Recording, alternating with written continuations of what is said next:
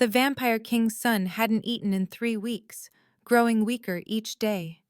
Every chef had failed, until the new human cook placed a simple stack of pancakes before him, and he devoured them instantly, not knowing she'd accidentally used her own blood instead of syrup. Steam rises from the castle kitchen like prayers whispered to absent gods.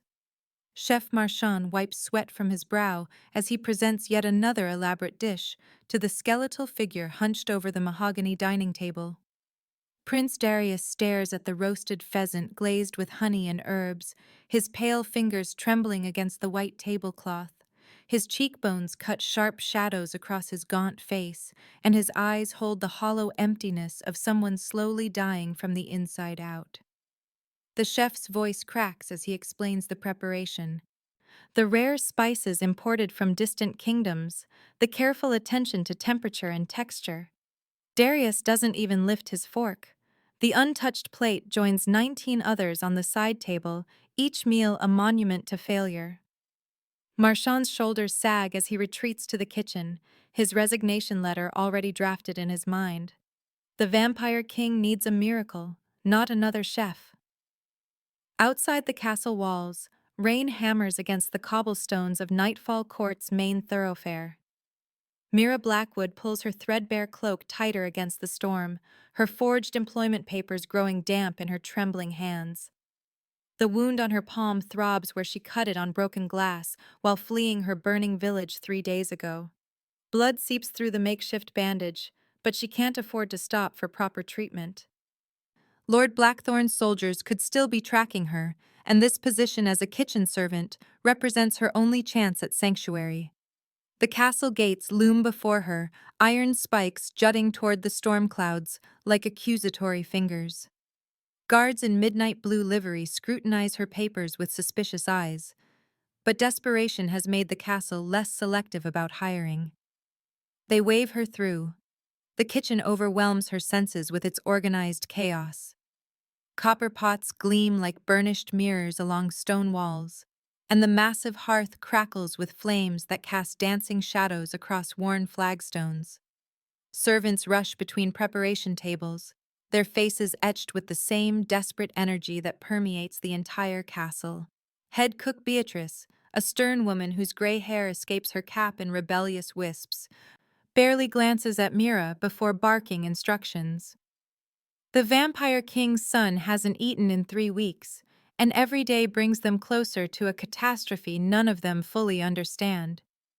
Mira finds herself assigned to basic tasks, chopping vegetables and washing dishes, while the senior cooks attempt increasingly elaborate solutions to an impossible problem.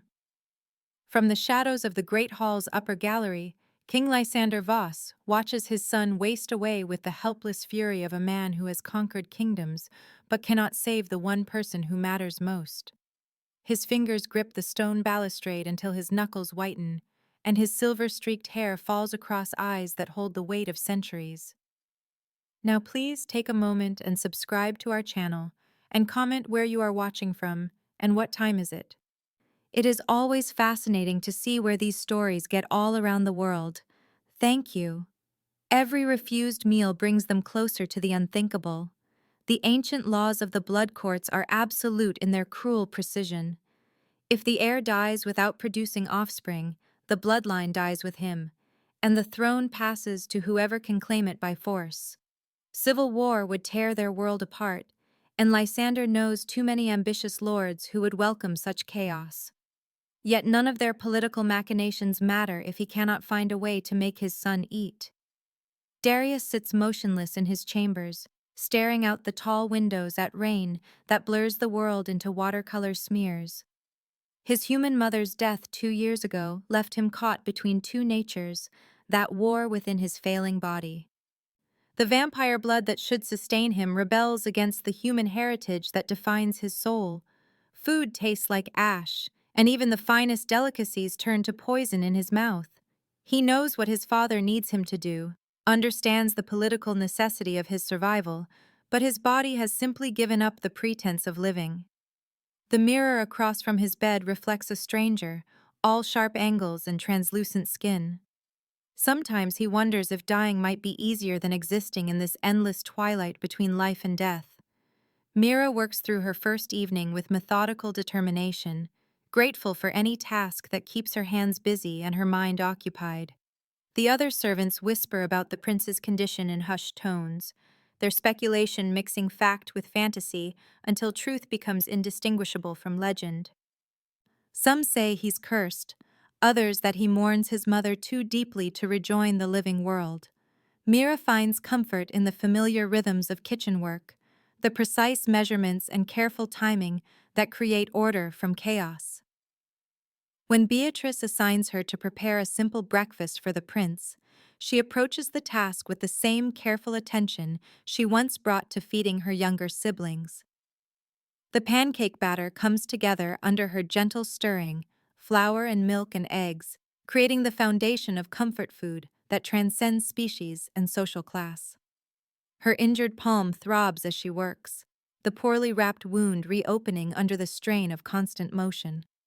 Crimson drops fall into the pale batter like rubies scattered on fresh snow, but Mira is too focused on creating something perfect to notice. She's thinking of her brother Thomas, who loved pancakes with honey on cold mornings, and her sister Elena, who always asked for extra butter. The memory brings tears to her eyes, but also a fierce determination to create something beautiful from simple ingredients. These pancakes will be different from the elaborate creations that have failed before them. They will carry love instead of obligation, comfort instead of desperation. The silver tray feels heavier than it should as Mira climbs the winding stone stairs to the prince's chambers. Servants she passes in the corridors shake their heads with resigned sympathy, their expressions suggesting she's walking toward inevitable failure. The ornate door to Darius's rooms stands slightly ajar, revealing glimpses of rich tapestries and furniture that speaks of wealth beyond imagination. Mira knocks softly and receives no answer, but protocol demands she deliver the meal regardless of response. She enters to find the prince sitting by his window, so still he might be carved from marble. The stack of golden pancakes on the delicate china plate seems almost absurdly humble in such surroundings. Setting the tray on the small table beside Darius's chair, Mira curtsies awkwardly and turns to leave. She's reached the doorway when she hears the scrape of a fork against porcelain. The sound freezes her in place, and she turns slowly to see something impossible. The prince has moved, not only moved, but taken a bite of the food she prepared. His eyes widen as flavor registers on his tongue, and then he's devouring the pancakes with a hunger that borders on desperation. Each bite seems to bring color back to his pale cheeks, and his hands stop trembling as strength flows back into his wasted frame. Within minutes, the plate sits empty, and Darius looks up at her with eyes that hold the first spark of life she's seen in them. The scullery provides sanctuary for Mira's racing thoughts as she scrubs the empty plate clean. Her hands shake as she examines the reopened cut on her palm, reality crystallizing with horrifying clarity. The blood that fell into the batter wasn't just an accident, but the ingredient that saved the prince's life. She understands now why the elaborate meals failed, why the finest chefs in the kingdom couldn't solve this puzzle. They were missing something fundamental, something that couldn't be purchased or prepared, but only given freely. The implications terrify her. If the prince needs her blood to survive, what does that mean for her future? And what kind of creature has she unknowingly sustained with her life force? Footsteps echo against stone as someone approaches the scullery with predatory grace. Mira spins around to find herself facing a man whose presence fills the small space like gathering storm clouds. King Lysander Voss stands in the doorway, his imposing frame blocking any hope of escape. Silver threads run through his dark hair like frost on midnight, and his eyes hold the pale intensity of winter storms. He moves with fluid precision that speaks of supernatural strength carefully controlled, each gesture economical and purposeful. When he speaks, his voice carries the authority of absolute power tempered by something that might be gratitude or might be threat. She cannot tell which possibility frightens her more. The king studies her with an intensity that seems to pierce through flesh to examine her very soul. When he speaks of feeling her blood through supernatural bonds, his words carry implications that reshape everything she thought she understood about the world.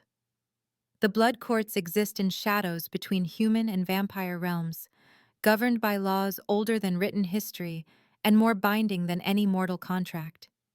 His son is dying because he inherited humanity from his mother, along with vampire nature from his father, creating an impossible biological contradiction that defies easy solution. Only human blood freely given can bridge that gap, but taking it by force would corrupt the gift and destroy both parties in the exchange. The delicate balance of consent stands as the only thing separating sustenance from murder. Mira backs against the stone wall as understanding crashes over her like an avalanche. Every door in the castle has sealed itself at the vampire king's silent command, leaving her trapped in a web of supernatural politics she never asked to enter.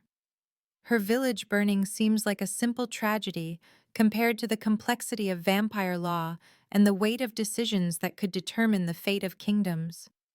The cut on her palm suddenly feels like a brand marking her as something other than human, something valuable in ways she cannot comprehend. The king's eyes never leave her face as he explains the choice before her, his voice carrying the weight of centuries and the desperation of a father watching his child die. She must decide whether to flee toward certain death or stay and face an uncertain future bound to creatures she was raised to fear.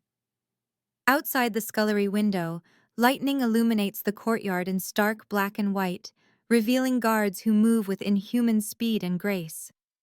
The storm that brought her to this place now seems like destiny rather than coincidence, as if forces beyond her understanding conspired to place her exactly where she was needed most. The king waits for her answer with supernatural patience, but she can sense the urgency beneath his controlled exterior.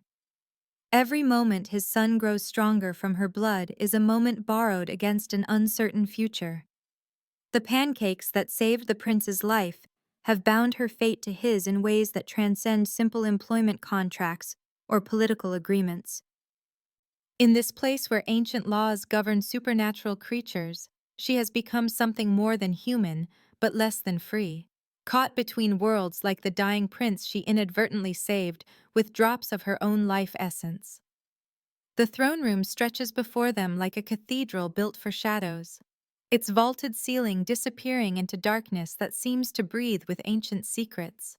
Candles flicker in elaborate sconces along the walls, their light catching the gold threads woven through midnight blue tapestries that depict scenes of vampire history spanning millennia. The throne itself dominates the far end of the chamber, carved from a single block of obsidian that reflects the flames like captured starlight.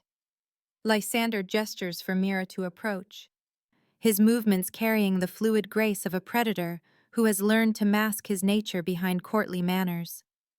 The distance between them feels vast, despite the intimacy of candlelight, each step she takes echoing against stone floors worn smooth by centuries of supplicants and petitioners. When the vampire king finally speaks, his voice reverberates through the chamber with the weight of absolute authority. The bargain he offers hangs between them like a contract written in flame and shadow. Stay willingly, feed his son the blood that keeps him alive, and receive protection from whatever forces drove her to seek sanctuary within these walls. The words carry implications that stretch far beyond their surface meaning, binding her future to theirs through supernatural law that governs vampire society. Mira feels the weight of his gaze as she struggles to process the magnitude of what he asks, her mind racing through possibilities and consequences that spiral beyond her comprehension. The confession spills from her lips before she can consider the wisdom of revealing such dangerous truth. Lord Blackthorn's name falls into the candlelit silence like a stone dropped into still water, creating ripples that spread through the chamber's shadows. She speaks of her family's estate on the border between human and vampire territories, the fertile lands that Blackthorn coveted for expanding his influence. Her father refused his offers, trusting in ancient treaties that were supposed to protect human holdings. The attack came at dawn. Soldiers bearing Blackthorn's crimson banner setting fire to everything her family had built across 3 generations. She escaped only because her mother pushed her through a hidden passage, sacrificing herself to buy time for her daughter's flight. Lysander's expression shifts as recognition flashes across his features like lightning illuminating a storm cloud. His jaw tightens until the muscles cord beneath pale skin, and his hands curl into fists that could shatter stone. Blackthorn represents everything dangerous about vampire ambition unchecked by ancient law, a lord who sees human territories as resources to be harvested rather than allies to be protected. Their rivalry spans decades, built on fundamental disagreements about how vampire society should interact with the human world. Where Lysander advocates for the careful balance that has maintained peace for centuries, Blackthorn pushes for expansion and domination that would inevitably lead to war. The throne room becomes a classroom where Mira learns the intricate hierarchy that governs supernatural society. Vampire lords rule territories both human and vampire, their power balanced by councils and ancient laws that prevent any single ruler from gaining absolute control. Human consorts occupy positions of influence but never equality, their status dependent on the vampire they serve and the value they provide. The delicate balance of consent threads through every relationship like silver wire, binding vampire and human together through choice rather than compulsion. Force corrupts everything it touches in their world, turning sustenance into poison and protection into enslavement. The weeks that follow establish new rhythms in the castle's ancient halls. Each morning finds Mira in the kitchen before dawn, preparing meals that carry drops of her life force like prayers made manifest in flour and eggs and cream. The ritual feels sacred in its simplicity, her blood mixing with ingredients that transform into something greater than their individual parts. Prince Darius waits in his chambers with the patience of someone who has learned that hope can be as dangerous as despair, but his eyes brighten when she appears with her silver tray and careful smile. Communication flows between them without words, built on gestures and expressions that transcend the barriers created by his months of silence. Mira discovers that his muteness stems from grief rather than physical inability, his voice lost in the same accident that claimed his mother's life. She fills the quiet with stories from her childhood, tales of harvest festivals and winter celebrations that paint pictures of human life he has never experienced. Her words weave magic more powerful than any vampire enchantment, drawing him back toward a world he thought he had lost forever. The kitchen transforms into their private sanctuary, a space where supernatural politics cannot intrude, and ancient laws matter less than the simple pleasure of shared meals. Mira teaches him to knead bread dough with hands that possess vampire strength but human gentleness, showing him how to fold ingredients together until separate elements become unified wholes.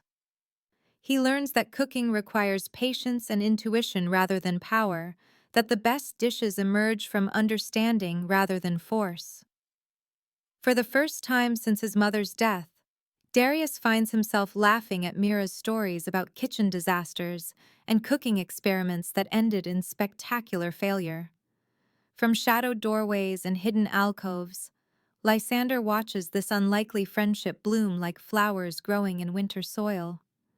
His son's transformation seems miraculous after months of watching him waste away, and the sound of Darius's laughter echoes through halls that had grown too accustomed to silence. The Vampire King recognizes something in Mira's patience and kindness that reminds him of his human wife, a woman who taught him that strength could be gentle and power could serve love rather than ambition. Hope kindles in his chest like embers stirred to flame, dangerous but necessary for what lies ahead. The monthly assembly of the Blood Court arrives with all the pomp and treachery that defines vampire politics. Lords and their entourages fill the castle's guest quarters, their presence transforming peaceful corridors into networks of whispered conspiracies and careful alliances. Banners bearing house sigils hang from the walls like declarations of war barely held in check, and servants move with extra caution through halls where a careless word could trigger conflicts spanning decades. The air itself seems to thicken with supernatural tension as ancient rivals gather under one roof to conduct the business of their eternal society. Lord Blackthorn arrives with a procession that speaks of wealth and power accumulated through centuries of careful manipulation. His carriage bears the crimson phoenix that serves as his house symbol, and his retinue includes both vampire nobles and human servants who wear their loyalty like chains forged from gratitude and fear. He moves through the castle's halls with predatory confidence, greeting old allies and potential enemies with equal measures of charm and threat. When he speaks of the tragic fire that consumed a human family on his territory's border, his voice carries just the right note of regret to deflect suspicion while establishing his version of events as official truth. The formal dinner becomes a stage where vampire lords perform political theater with the lives of kingdoms hanging in the balance.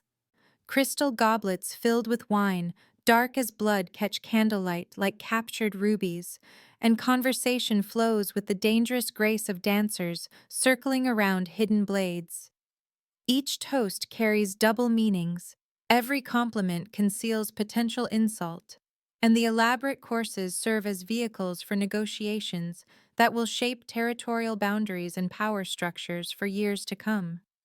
Lysander must navigate these treacherous waters while concealing Mira's presence in his castle, her survival dependent on maintaining the fiction of her death.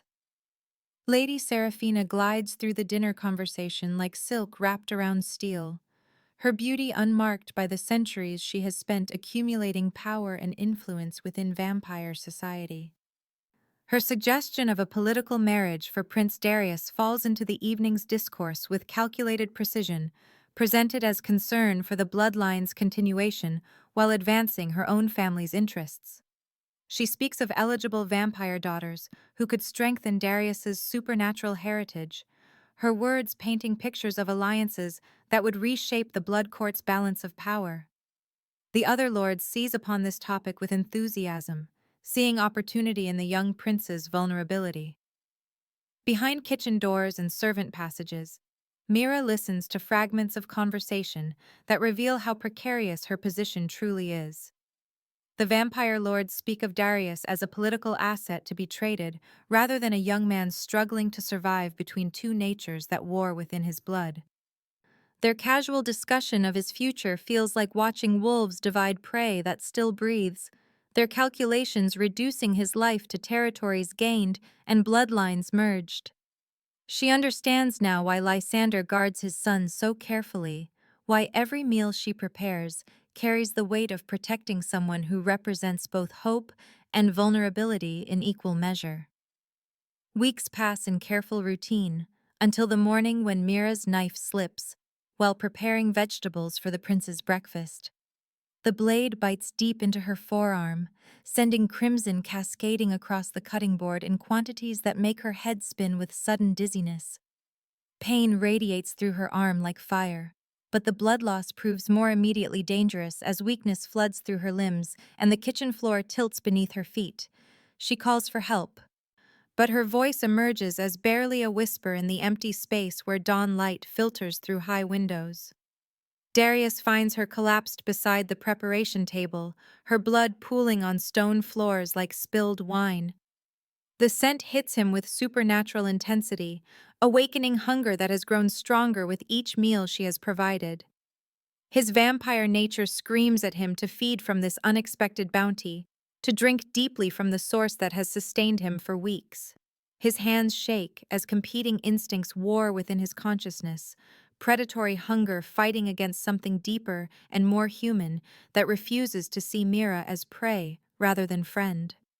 The moment stretches like eternity as he stands frozen between two choices that will define who he chooses to become. Instead of feeding, Darius tears strips from his own shirt to bind her wounded arm, his hands gentle despite their supernatural strength. He lifts her carefully from the floor, cradling her against his chest as he searches for signs of consciousness in her pale features. When her eyes flutter open, he sees relief rather than fear in their depths, trust that humbles him more than any display of vampire power ever could. For the first time in months, words force themselves past the grief that has locked his voice away, asking if she needs anything, promising that everything will be fine. Lysander discovers them in the kitchen's morning light, his son holding bloodied bandages, while Mira rests against the wall with color slowly returning to her cheeks. The scene strikes him with unexpected force, revealing something he had hoped for but never dared expect. Darius chose compassion over hunger, humanity over vampiric nature, another person's welfare over his own desperate needs. In that choice, Lysander sees the man his son might become, rather than the creature political necessity might force him to be. Hope flares in his chest like sunrise after the longest night, illuminating possibilities he thought lost forever. The vampire king approaches slowly, his movements careful to avoid startling either of them from this moment of fragile trust. When he speaks, his voice carries pride rather than anger, approval rather than disappointment for his son's choice to help rather than harm. He tends to Mira's wound with surprising gentleness, his ancient hands steady as they wrap clean bandages around her injured arm. The kitchen becomes a sanctuary where three unlikely allies recognize something precious growing between them, a connection that transcends the political necessities and supernatural laws that govern their world. Outside the windows, the castle stirs to morning life. But within these walls, a family begins to form from the most unlikely materials imaginable. The blood moon rises like a crimson eye over Nightfall Court, its scarlet light filtering through the castle's ancient windows and painting the corridors in shades of copper and flame. Tonight carries weight that presses against the very foundations of the stronghold, as if the moon itself recognizes the significance of what must unfold before dawn breaks the spell. Lysander stands before the great window in his private study, watching the celestial event that occurs only once every decade, his reflection ghost-like against the blood-tinged glass. Behind him, leather-bound tomes lie open across his massive oak desk, their pages yellowed with age and filled with prophecies written in languages that predate human civilization by millennia. The vampire king turns as Mira enters the chamber, her footsteps hesitant on the polished stone floor. She has been summoned without explanation, pulled from the kitchen where she was preparing what might be Darius's final meal if tonight's revelations prove too much for her mortal mind to accept. The study overwhelms her senses with its accumulated knowledge, shelves stretching toward the vaulted ceiling and filled with scrolls and manuscripts that chronicle the hidden history of their supernatural world. Candles burn in elaborate candelabras, their flames dancing in the crimson moonlight that transforms familiar surroundings into something otherworldly and strange. Darius emerges from the shadows beside his father, no longer the skeletal figure who could barely lift a fork to his lips. Weeks of Mira's blood-infused meals have restored strength to his frame and color to his pale cheeks, but something deeper has changed in his bearing. He moves with new confidence, as if the nourishment she provided awakened more than just his appetite for food. His eyes hold depths that seem older than his 17 years, and when he looks at her, she sees recognition of something she doesn't yet understand. The prince she has been feeding is transforming into someone entirely different, someone whose very existence might reshape the balance between vampire and human worlds. Lysander's voice fills the study with revelations that shatter everything Mira thought she understood about her place in this supernatural realm. The ancient prophecies speak of a bridge, a being born between two natures who could unite vampire and human societies under a single rule that honors both traditions.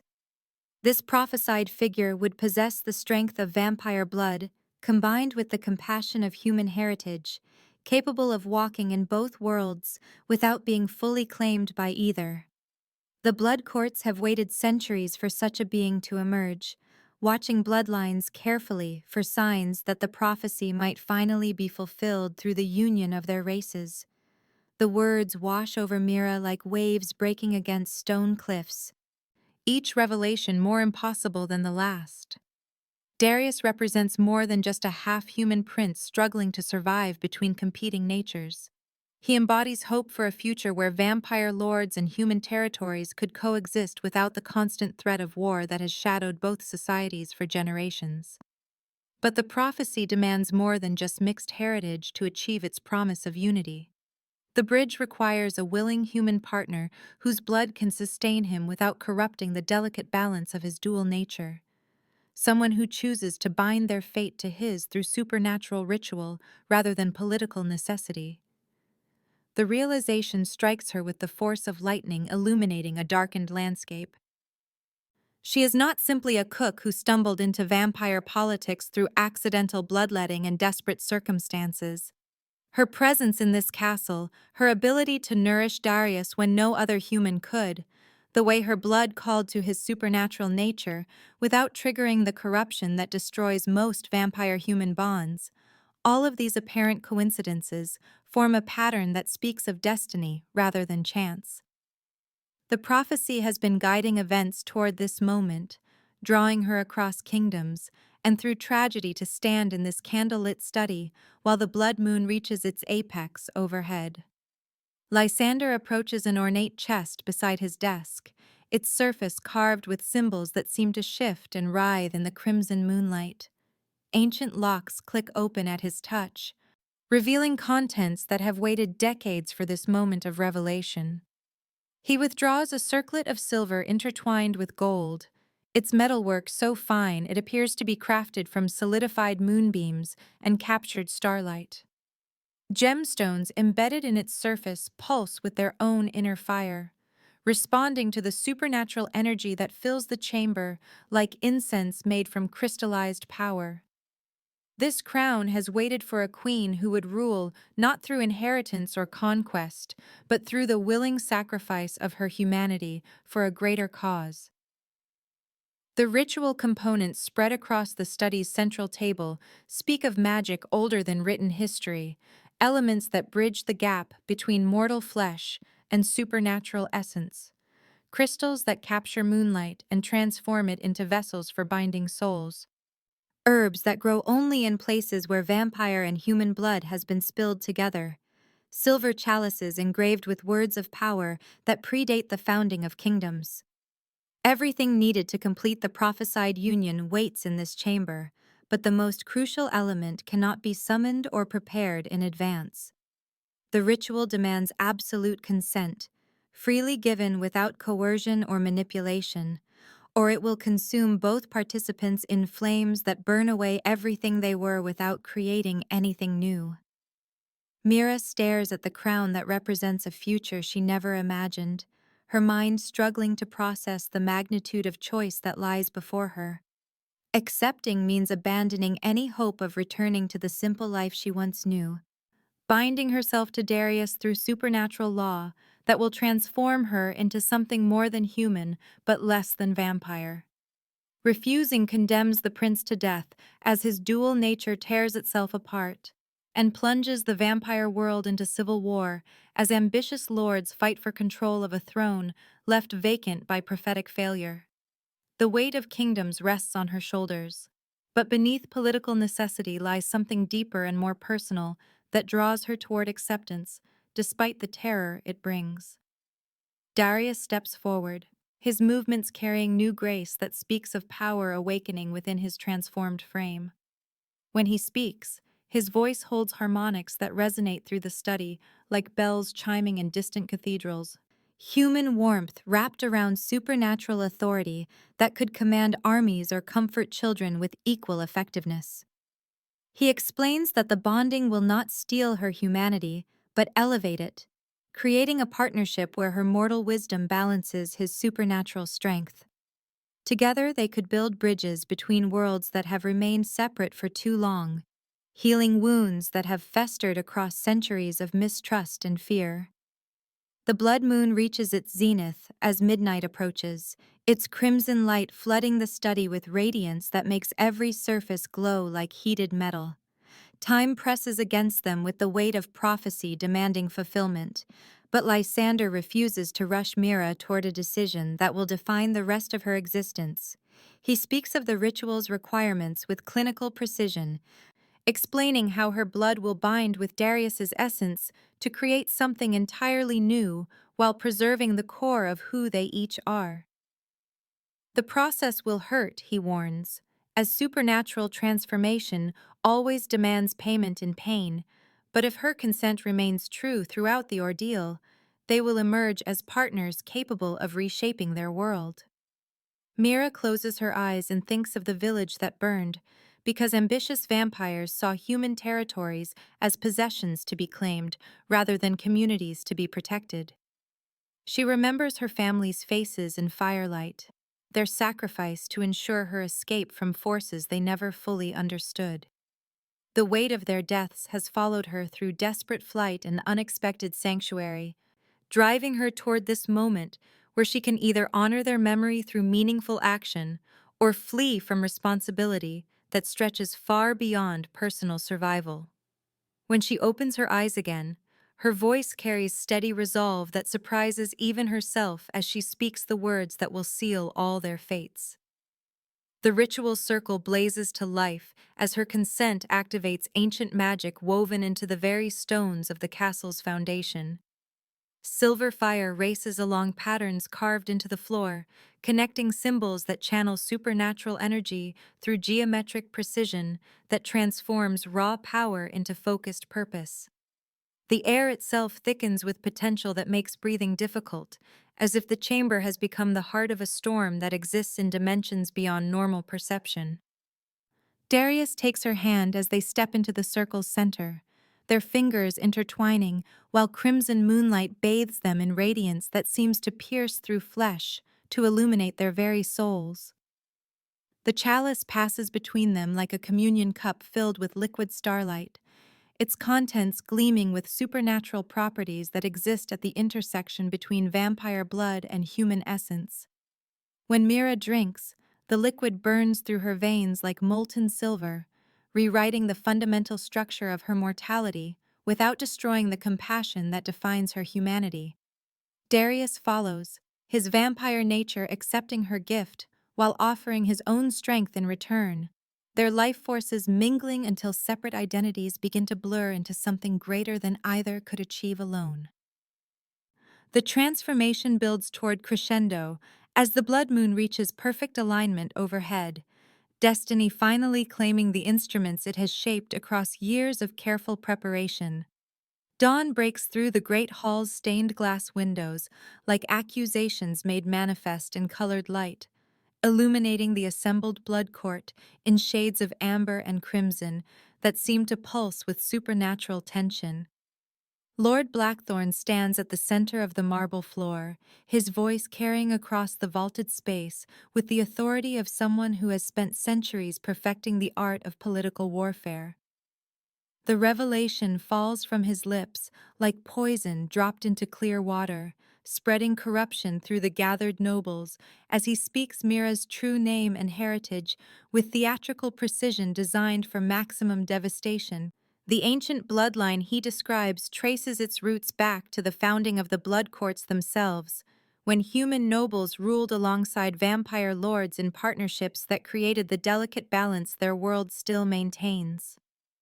Mira descends from the Blackwood dynasty, whose members served as bridges between mortal and supernatural realms for over 1,000 years. Their bloodline carries genetic markers that make them uniquely compatible with vampire bonding rituals. Their life force capable of sustaining supernatural partners without the corruption that destroys most human vampire unions. Blackthorn's soldiers didn't simply murder her family for territorial gain, but orchestrated genocide designed to prevent exactly the scenario now unfolding in Lysander's castle. The revelation transforms the Great Hall into a battlefield where words serve as weapons and political alliances crumble like castle walls under siege. Lady Seraphina rises from her seat among the assembled nobles, her beautiful features twisted with rage as she realizes how thoroughly she has been outmaneuvered by events beyond her control. She speaks of ancient laws that forbid human influence in vampire succession, her voice sharp with fury as she demands Mira's immediate execution before this abomination can proceed any further. Other lords take sides with the passion of fanatics defending religious doctrine, some seeing opportunity in the prophesied union, while others view it as heresy that threatens the foundations of their supernatural society. Lord Montague, whose territories border human kingdoms, argues for accepting the union as fulfillment of prophecies their ancestors recorded in sacred texts.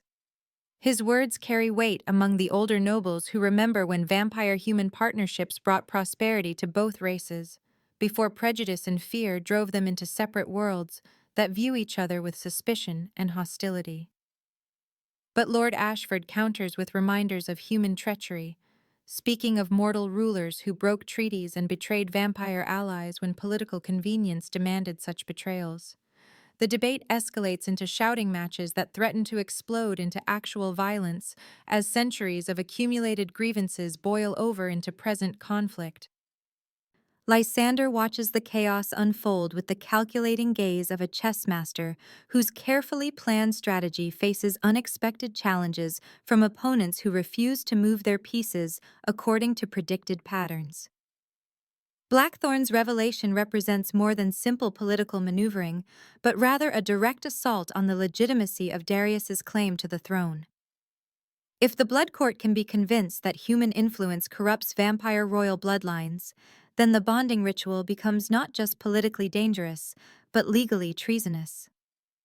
The gathered lords hold the power to declare Darius's transformation illegitimate, reducing him from prophesied savior to half-breed pretender, whose execution would serve as warning to future generations.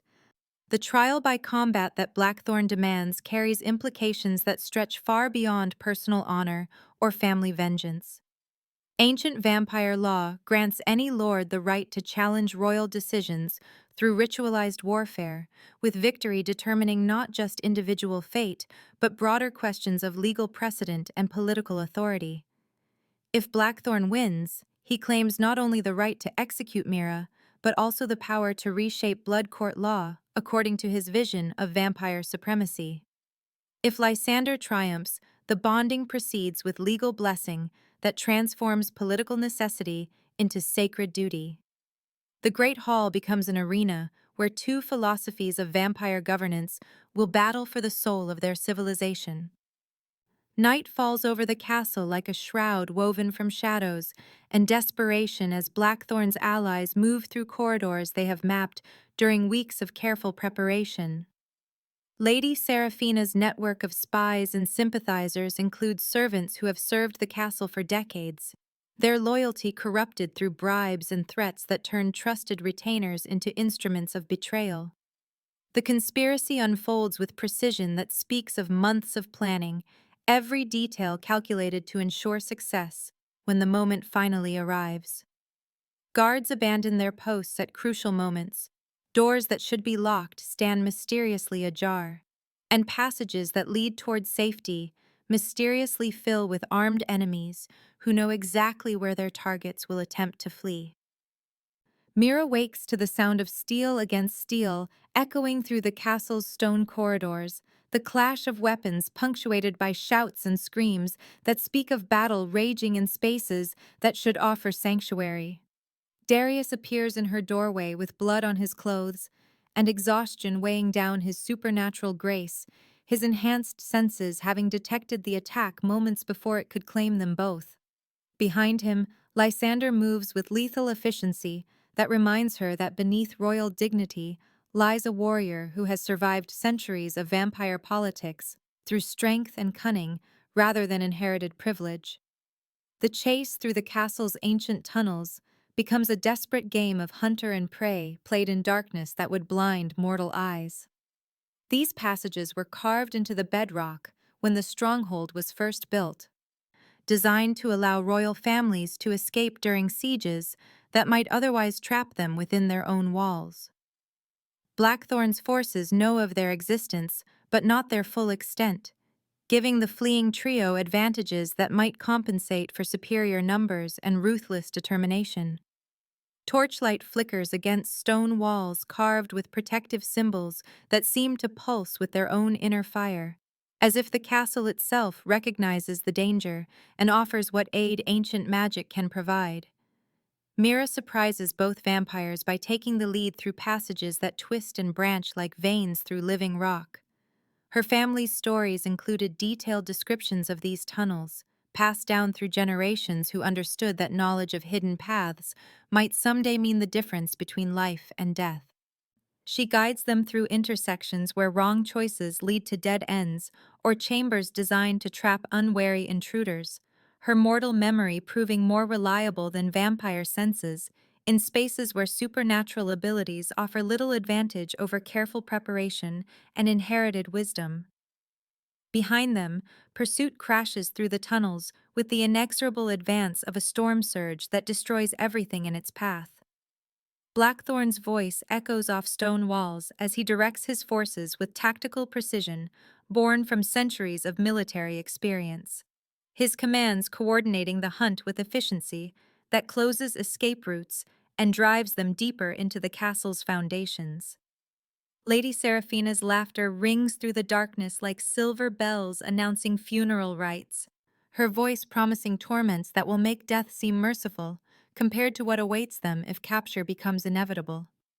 The revelation that some of the castle guards have joined the conspiracy strikes like lightning, illuminating a battlefield strewn with unexpected corpses. Men who swore oaths of loyalty to the royal house now wear Blackthorn's colors, their betrayal transforming familiar faces into enemies who know every defensive position and secret passage that might offer temporary refuge. The corruption runs deeper than simple bribery or threats, speaking of ideological commitment to Blackthorn's vision of vampire purity that views human influence as contamination requiring surgical removal from their society's bloodstream. Sanctuary becomes an illusion that dissolves like morning mist, as each hiding place reveals itself to be another trap waiting to spring closed around them. The tunnels that seem to offer escape become a maze where every path leads back toward enemies who grow stronger and more confident with each passing hour. Lysander realizes that Blackthorn has spent months preparing for this moment, corrupting the very foundations of loyalty and trust that hold vampire society together through bonds stronger than blood or supernatural power. Dawn approaches like Judgment Day as they find temporary refuge in a chamber deep beneath the castle's foundations, carved from living rock and filled with artifacts that predate the founding of the blood courts themselves. Ancient symbols cover the walls like prayers written in languages that existed before vampire and human civilizations learned to fear each other, their meaning lost, but their power still palpable in air that thrums with residual magic. Here, surrounded by reminders of a time when cooperation, rather than conflict, defined relationships between their races, they face choices that will determine not just their individual fates, but the future of their entire world. Darius collapses against the stone wall, his strength finally failing under the accumulated stress of flight and fear that has pushed his hybrid nature beyond its limits. The supernatural energy that sustained him through the chase dissipates like smoke and wind, leaving behind a young man whose human heritage makes him vulnerable in ways that pure vampire blood would never allow. His breathing becomes labored as competing natures war within his failing frame, vampire instincts demanding nourishment, while human conscience rejects the violence that acquisition would require. Blackthorn's offer arrives through messengers who approach under flags of truce, their words carrying promises wrapped around threats that reveal the full scope of his political calculation. Pure vampire blood, untainted by human weakness, flows through chalices crafted from crystallized moonlight and blessed by rituals that predate written history. Drinking would grant Darius strength beyond anything his hybrid nature currently allows, transforming him into a true vampire lord capable of claiming his throne through power rather than prophecy. But acceptance would sever his human connections forever, burning away the compassion and wisdom that make him uniquely suited to bridge their divided worlds. The choice hangs between them like a blade suspended above their necks, its weight increasing with each labored breath that escapes Darius's lips. He could save himself through transformation that would make him everything Blackthorn represents, or die maintaining principles that seem increasingly meaningless in the face of immediate annihilation. Mira watches his internal struggle with growing desperation, seeing the young man she has grown to care for fade before her eyes, while political necessity demands sacrifices that honor neither his dreams nor her hopes for their shared future. When the moment of decision arrives, Darius speaks with voice grown weak but filled with conviction that echoes through the ancient chamber like bells tolling for martyrs who choose principle over survival. He refuses Blackthorn's offer with words that carry finality of tombstones, carved for heroes who died defending causes greater than their individual lives. The pure vampire blood that could save him represents everything he has struggled against since his mother's death. The seductive promise of power purchased through abandoning the humanity that defines his essential nature. Mira's response comes without hesitation or calculation, driven by instincts that have guided her through tragedy and transformation, since the night her family died protecting her from forces they could not defeat. She offers herself completely, not just the drops of blood that have sustained him through recent weeks, but the entirety of her life force channeled through supernatural ritual that will either save them both or consume them in flames that purify through destruction. Her words carry weight of absolute commitment as she kneels beside his failing form and speaks vows that bind her fate to his through bonds stronger than death or political ambition. The ancient chamber fills with light that seems to emanate from their joined hands as magic older than vampire civilization responds to sacrifice, freely given without coercion or manipulation. Power flows between them like molten silver, her mortality streaming into his supernatural nature, while his strength anchors her humanity to something greater than individual existence. The transformation builds toward crescendo as stone walls echo with harmonics that speak of fundamental forces reshaping reality according to patterns written in prophetic texts and cosmic law. Above them, dawn light begins to filter through cracks in ancient masonry, promising either salvation or destruction, as the sun rises on a world forever changed by choices made in darkness deep beneath the earth. The ritual chamber lies at the castle's heart, like a jeweled sanctuary carved from living crystal and ancient dreams. Moonlight streams through faceted windows that transform pale illumination into rainbow cascades dancing across walls, inscribed with symbols that predate the founding of kingdoms. The chamber's circular design focuses supernatural energy toward its center, where an altar of black marble waits like a patient sentinel that has witnessed centuries of vampire bonding ceremonies.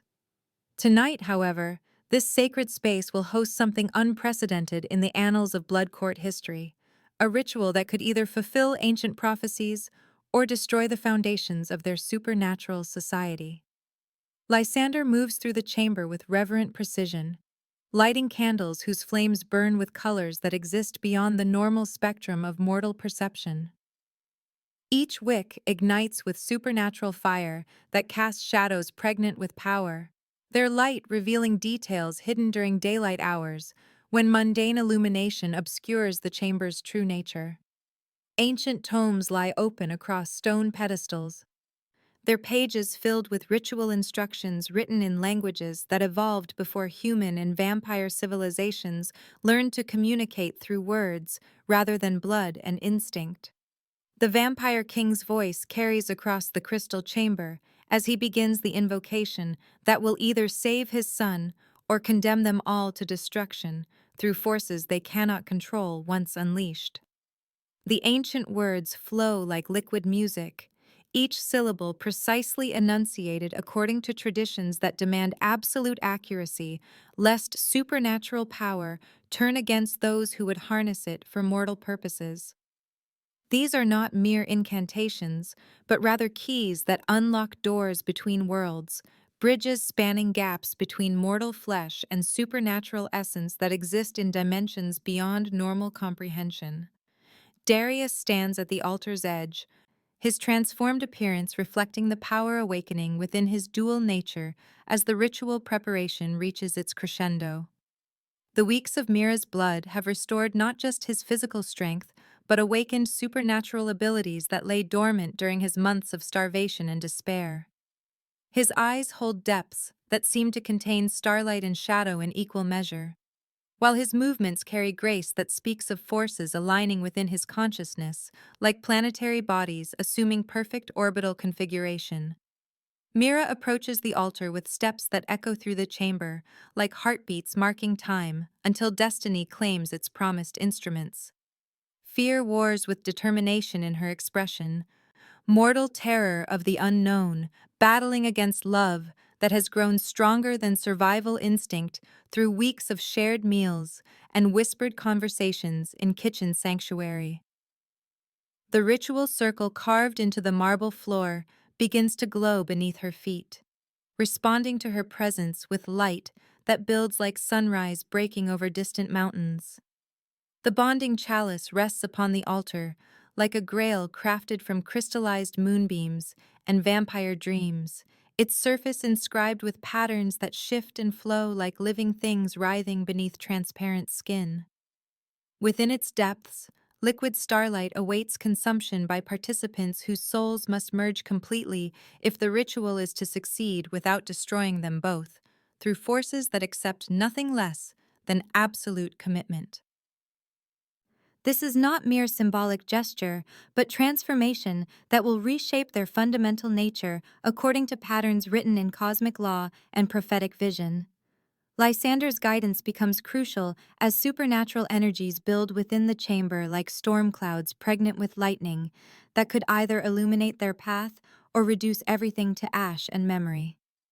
His voice carries them through each phase of the ritual with precision, born from centuries of study and preparation for this prophesied moment, every word calculated to channel power toward creation rather than destruction. The ancient king has spent decades preparing for tonight, but theoretical knowledge pales before practical application when dealing with forces that exist at the intersection of life and death. The ritual demands absolute trust between participants whose natures have been shaped by forces that traditionally view each other as prey and predator, rather than partners in supernatural transformation. Mira must offer her throat to fangs that could drain her life in moments, trusting that love will prove stronger than vampire hunger when instinct demands feeding beyond the point of mortal survival. Darius must draw sustenance from the woman he has grown to love while maintaining human compassion that could be overwhelmed by supernatural hunger awakening within his transformed consciousness. The chamber's crystal windows begin to resonate like massive bells as supernatural energy reaches critical intensity, their harmonic vibrations creating music that exists beyond normal hearing, but speaks directly to souls being reshaped by forces older than recorded time. Moonlight streaming through faceted surfaces transforms into geometric patterns that paint the ritual circle with illumination that seems to pulse with its own heartbeat, matching the rhythm of life forces, preparing to merge into something greater than their individual components. Outside the chamber, steel rings against steel as Blackthorn's assault reaches the castle's inner sanctum through passages his corrupted allies have opened like wounds in the stronghold's defenses.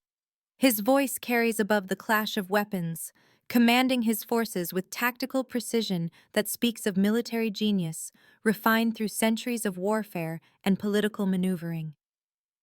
Lady Seraphina's laughter echoes through corridors as she coordinates flanking maneuvers designed to overwhelm defenders who fight with desperate courage but insufficient numbers to hold every crucial position.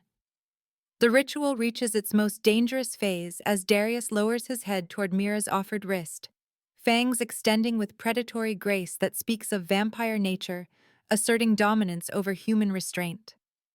The scent of her blood fills the chamber like incense burned on altar fires, awakening hunger that threatens to overwhelm rational thought and conscious control.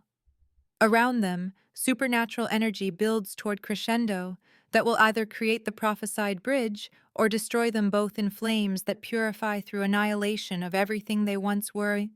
The chamber doors explode inward like dam walls, giving way before floodwaters too powerful to contain, admitting enemies whose arrival transforms sacred space into battlefield, where ancient ritual must continue despite chaos erupting around the altar, where transformation hangs balanced on knife edge between success and catastrophe. Blackthorn strides through shattered doorway like avenging angel clothed in righteousness and fury, his sword blazing with supernatural fire as he leads the charge toward participants too committed to their bonding to defend themselves against physical assault. Lysander meets the attack with centuries of combat experience channeled through movements that blur between human martial skill and vampire supernatural speed, his blade weaving patterns of death around the ritual circle while ancient words continue flowing from his lips without pause or hesitation. Each parry and thrust must be perfectly timed to protect the bonding participants without disrupting supernatural energies that grow increasingly unstable as violence pollutes the chamber's consecrated atmosphere, with blood spilled through hatred rather than love. Lady Seraphina dances through the melee, like death clothed in silk and beauty, her weapons striking with precision that speaks of assassin training refined through decades of court intrigue and political murder. She targets Mira specifically, recognizing that severing the human component of the bonding will collapse the entire ritual and leave Darius vulnerable to corruption through pure vampire blood that Blackthorn carries in crystal vials blessed by dark ceremonies. Her attacks force constant movement around the ritual circle, disrupting carefully planned positioning that the ancient ceremony requires for proper completion. The ritual reaches its climactic moment as Darius's fangs pierce Mira's wrist, and her life force begins flowing into his supernatural nature like wine poured from sacred chalice into vessel prepared through prophetic destiny. Golden light erupts from their joined forms as transformation begins in earnest, power building through geometric progression that makes the chamber's crystal windows sing with harmonics that shatter lesser materials and send rainbow cascades dancing across blood-stained marble surfaces. Around them, battle rages with increasing fury as Blackthorn realizes his window of opportunity closes with each drop of blood that flows between bonded partners whose souls merge according to patterns written in cosmic law and vampire prophecy. His attacks become desperate as he throws everything into final assault designed to sever connections forming between human and supernatural consciousness, his blade seeking gaps in Lysander's defense that might allow Killing Stroke to end the ritual before transformation can reach irreversible completion. The chamber fills with light that seems to emanate from dimensions beyond normal reality, as Darius and Mira achieve the prophesied union that creates something entirely new in vampire history. Their combined consciousness expands through supernatural awakening that reveals abilities lying dormant within bloodlines shaped by destiny rather than chance, power flowing between them like electrical current, completing circuit designed by forces beyond mortal comprehension. The bridge emerges from their bonding like phoenix rising from flames that consume separate identities, while creating unified essence capable of spanning gaps between mortal and supernatural worlds. But triumph extracts terrible price as Mira collapses from blood loss that would kill ordinary humans and threatens even her supernaturally enhanced constitution with destruction through forces unleashed beyond safe parameters. Her consciousness fades like candle flame guttering in wind, while life essence continues streaming toward Darius, whose transformation demands more sustenance than mortal frame can provide without supernatural intervention. The ritual chamber becomes crucible where love must prove stronger than death if prophecy is to achieve fulfillment rather than tragic failure. Darius faces the ultimate test of his dual nature as newfound power courses through consciousness, reshaped by forces that dwarf individual will and mortal understanding. He could claim the strength flowing from their bonding and allow Mira to fade into darkness, securing his position as prophesied bridge while sacrificing the woman whose love made transformation possible. Instead, he chooses to share rather than hoard the power awakening within his transformed essence, offering his own life force to heal wounds that threaten to claim her before their union can establish permanent foundation. The healing flows between them like liquid starlight as Darius channels the bridge's unique ability to share life essence rather than merely consume it from unwilling sources. His vampire nature learns new patterns of giving rather than taking, strength flowing from supernatural consciousness into mortal flesh that responds with grateful acceptance of power offered through love rather than demanded through hunger. Around them, golden light builds toward final crescendo as their bond achieves stability that will endure beyond immediate crisis. Blackthorn's forces retreat like storm clouds breaking before sunrise, as the ritual's completion fills the chamber with power that makes further resistance impossible without risking destruction that even vampire lords cannot survive. But defeat does not mean surrender, as Lord Blackthorn's voice carries promises of future conflict across the crystal chamber, before darkness swallows his retreating form. The war for vampire civilization's soul has begun, rather than ended, with this night marking opening moves in struggle that will reshape their world according to visions held by opposing forces whose fundamental philosophies cannot coexist within same reality. The ritual chamber falls silent, except for labored breathing of participants, whose transformation has created something unprecedented in vampire history, while setting stage for conflicts that will test their bond through trials yet to come. Victory tastes sweet, but temporary in mouths that understand this night represents beginning rather than ending of challenges that must be faced if prophecy is to achieve lasting fulfillment, rather than brief triumph followed by ultimate failure. 3 months have transformed the castle from fortress of desperate secrecy into beacon of unprecedented cooperation, where ancient walls echo with laughter instead of whispered conspiracies. The kitchen bustles with activity that speaks of life flourishing rather than merely surviving, filled with voices speaking multiple languages, as vampire children learn human recipes while refugee families discover supernatural customs that once seemed incomprehensible. Steam rises from countless pots and pans, where traditional dishes blend with experimental fusion cuisine that reflects the cultural integration happening throughout Nightfall Court's halls and chambers. Mira moves through the controlled chaos with grace that speaks of authority earned rather than inherited, her title of princess consort carrying weight that extends far beyond ceremonial function. She wears practical clothes suited for kitchen work rather than elaborate gowns that would mark her as ornamental figurehead, her hands steady as they guide young vampires through kneading bread dough while explaining how human festivals celebrate seasonal changes. At nearby tables, human children watch with fascination as vampire instructors demonstrate techniques for preserving food through supernatural methods that extend freshness beyond natural limits. The integration program has exceeded everyone's expectations as participants discover commonalities that transcend species barriers previously thought insurmountable. Vampire children prove surprisingly eager to learn human games and stories, their supernatural abilities finding new expression through creative play rather than predatory training. Human refugees bring skills and perspectives that enrich vampire society in unexpected ways, their mortal wisdom providing practical solutions to problems that supernatural power alone cannot address.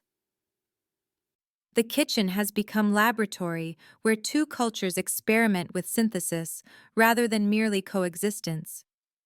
Through tall windows that flood the workspace with natural light, the courtyard gardens reveal transformation that mirrors changes happening throughout the castle grounds.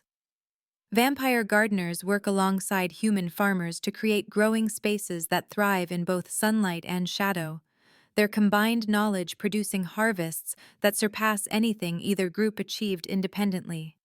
Children of both species chase each other through pathways lined with flowers that bloom in impossible colors, their laughter carrying across stone walls that once echoed only with formal protocol and political tension. Darius appears in the kitchen doorway like sunrise breaking through storm clouds, his presence transforming the already lively atmosphere into something approaching celebration. His dual nature has stabilized into perfect balance that allows him to move freely between worlds without sacrificing essential elements of either heritage. Sunlight streaming through windows touches his skin without causing harm, while shadow embraces him like welcoming friend when duties require ventures into spaces where mortal eyes cannot penetrate. He greets each person by name, vampire and human children, responding with equal enthusiasm to attention from their prophesied prince.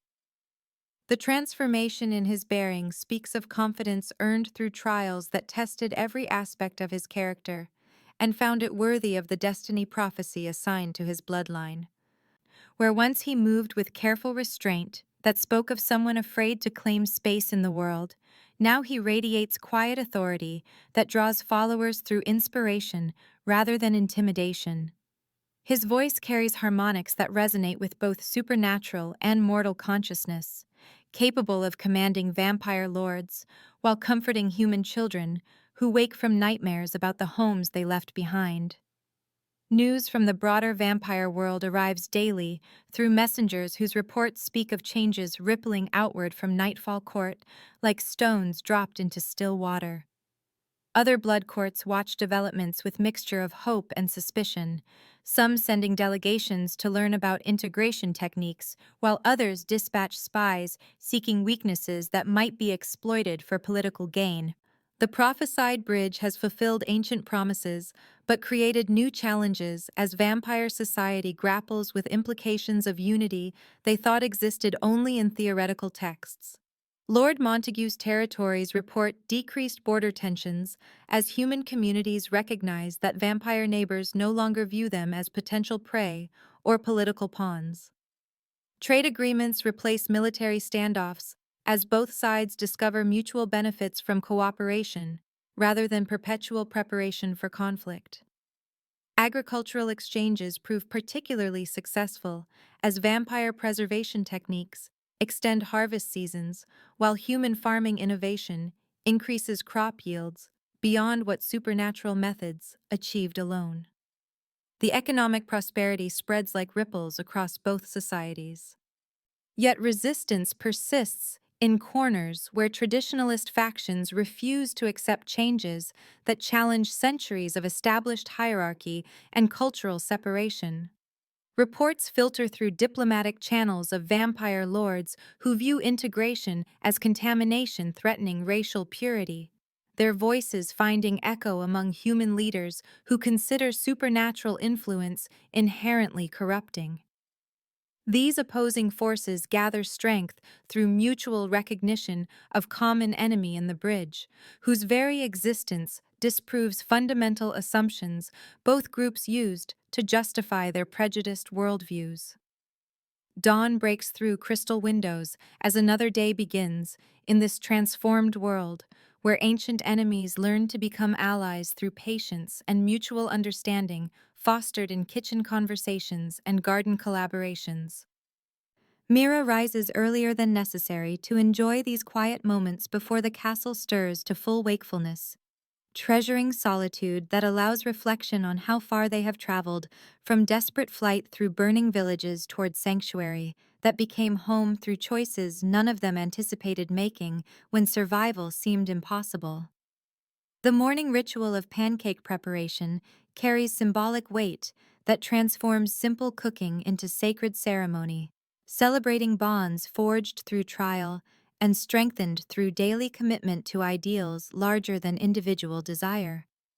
Flour and eggs and milk combine under Mira's careful attention, but today the batter requires no crimson addition to achieve perfection. The supernatural bond she shares with Darius sustains him through love rather than blood sacrifice. Their connection strong enough to nourish both participants without demanding constant renewal through physical offerings that once seemed necessary for mere survival. Maple syrup flows like liquid gold across the golden stack that represents abundance replacing scarcity, comfort superseding desperation in transformation that mirrors changes throughout their expanded world. The pancakes carry no trace of the desperation that once drove kitchen experiments designed to coax appetite from prince too close to death for conventional solutions. Instead, they embody celebration of simple pleasures that flourish when fear no longer dominates daily existence and love finds space to grow beyond boundaries imposed by political necessity. Darius enters the private dining area with smile that illuminates features once gaunt with starvation, but now filled with vitality that speaks of appetite satisfied through emotional connection rather than desperate feeding. His movements carry easy confidence of someone comfortable in his own skin, regardless of which nature dominates any particular moment. Supernatural strength balanced by human compassion in harmony that prophecy promised, but few believed possible. When he looks at Mira, his expression holds depths of gratitude and love that transcend words or formal declarations. Lysander joins them as morning light paints the chamber in shades of gold and amber that seem to bless this unlikely family forged from political necessity but sustained through genuine affection that surprised everyone involved. The Vampire King has aged in ways that have nothing to do with passing time, but speak rather of burdens lifted and fears laid to rest after centuries of vigilant preparation for catastrophes that no longer threaten their carefully constructed peace. His presence completes their intimate circle, patriarch watching over dynasty that represents hope rather than mere survival.